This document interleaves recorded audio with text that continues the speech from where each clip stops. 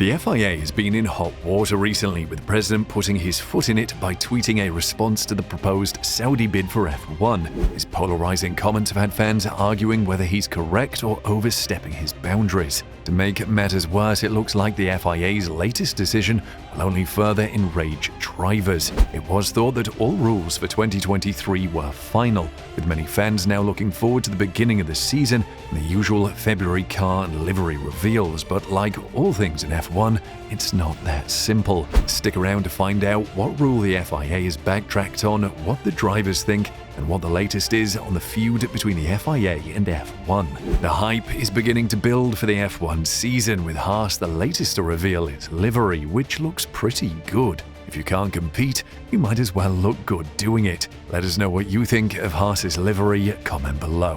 What everyone cares about in F1 is winning. Several factors can help or hinder your progress. The car, strategy, and driver are crucial to winning, but another is the F1 rules and regulations. Take 2022 for example. Mercedes got it wrong with their interpretation of the technical regulations and paid the price. The 2023 rules and regulations are less drastic than the 2022 changes, but are still significant. The latest rules and regulations looked to be set in stone, but now it looks like there will be a change to one of them. The fundamental rule changes for the F1 season were to the back-of-the-grid penalties, tyres in qualifying, sprint races, and a few technical changes to the cars. Let's touch on each of these briefly. The back-of-the-grid penalties have been simplified, and drivers will be given a straight demotion after the confusion of the Italian Grand Prix last season. The regulation now reads, classified drivers who have accrued more than 15 cumulative grid position penalties or who have been penalized to start at the back of the grid will start behind any other classified driver. Their relative position will be determined in accordance with their qualifying classification. And in a bid to become more sustainable, teams will be forced to take part in a unique tyre format at 2 races next season, with hard tyres being mandatory in Q1, with mediums in Q2, and softs in Q3. The FIA has stated this is to evaluate the impact of the reduction in tyre allocations on track running, with the overall intention to move to more sustainable use of tyres in the future. And the more controversial change is to double the sprint races, with there now being 6 sprint races.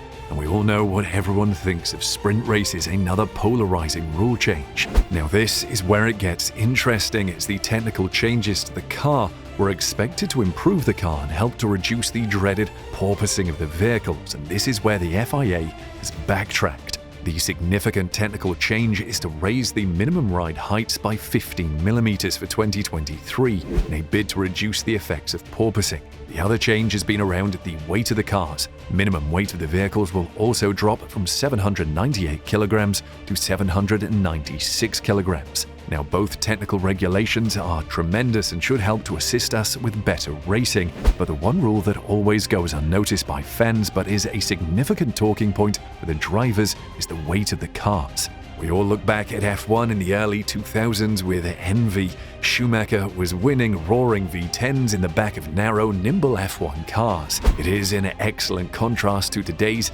hybrid engines and leaden and unwieldy bodies. And it doesn't look like we're getting any closer to that era, with the FIA now backtracking on this rule at the latest meeting of the Technical Advisory Committee (TAC) in mid-January. It was agreed the weight limit would remain at 798 kilograms, according to Automotor and Sport. Now, we're not sure why the sudden increase. There are rumors that the increase in weight was down to Pirelli's new front tires being slightly heavier than predicted. Now, although a car's weight is essential, the change in kilograms will probably make a small change. It is the principle behind it that is what will frustrate drivers. F1 was going in the right direction, and with cars increasing by 150 kilograms in the last 10 years, this feels like a step backward. If you think this is not important, Max and Lewis would disagree. The two rivals don't agree much, but this issue has got them onto common ground, with Max having this to say: the weight of the cars is extremely heavy now, which I think is not great, but I don't see a quick solution for that. Now, Lewis never shies away from the limelight and had this to say about the weight of the cars: by going heavier and heavier and heavier, you're using more and more energy. So that feels that's not necessarily in the right direction or in the thought process. The lighter cars were more nimble, were nowhere near as big naturally, and so racing, maneuvering the car was better. On the tracks we're going to, they're getting wider.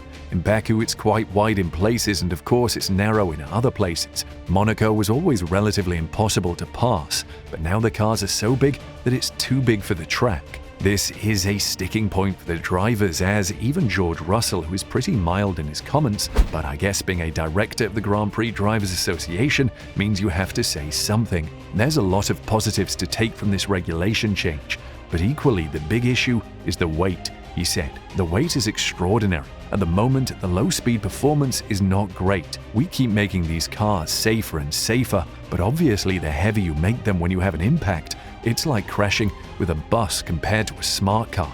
F1 needs to be careful because as the mass increases, so do the safety requirements. So it's a spiral to nowhere. However, there is no obvious answer to how teams can reduce the weight of cars. There are speculative ways to do it, one being having refuels during the race. This is dangerous and complex. The best way would probably be to not add anything to the car.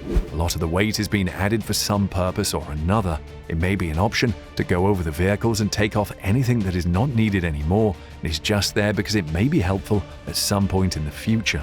However, the FIA is not worried about this because FIA technical boss Pat Simmons thinks F1 will speed up this year. "We can reach the old records this year with normal development," he said.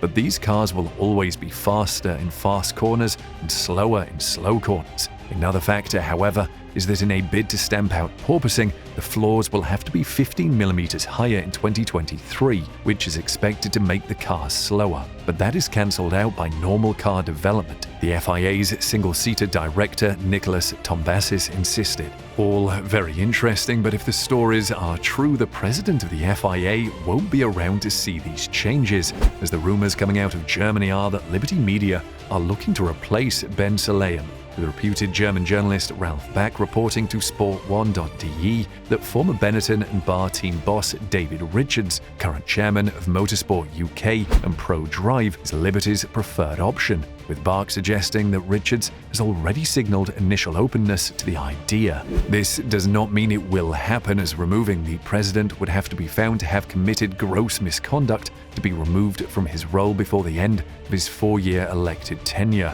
The vultures are circling, though, with the FIA president on thin ice, and rumors of a sexist tweet are now resurfacing. This could be precisely what Liberty needs. In 2001, he posted online that he did not like women who think they were smarter than men, as they are not in truth. The FIA has since come out to defend him. The remarks in this archived website from 2001 do not reflect the FIA president's beliefs. He has a strong record on promoting women and equality in sport, which he is happy to be judged on. It was a central part of his manifesto and actions taken this year, and the many years he served as FIA Vice President for Sport prove this. Could the president's views be the final straw? Only time will tell. Let us know what you think F1 should do about the car's weight. Comment below.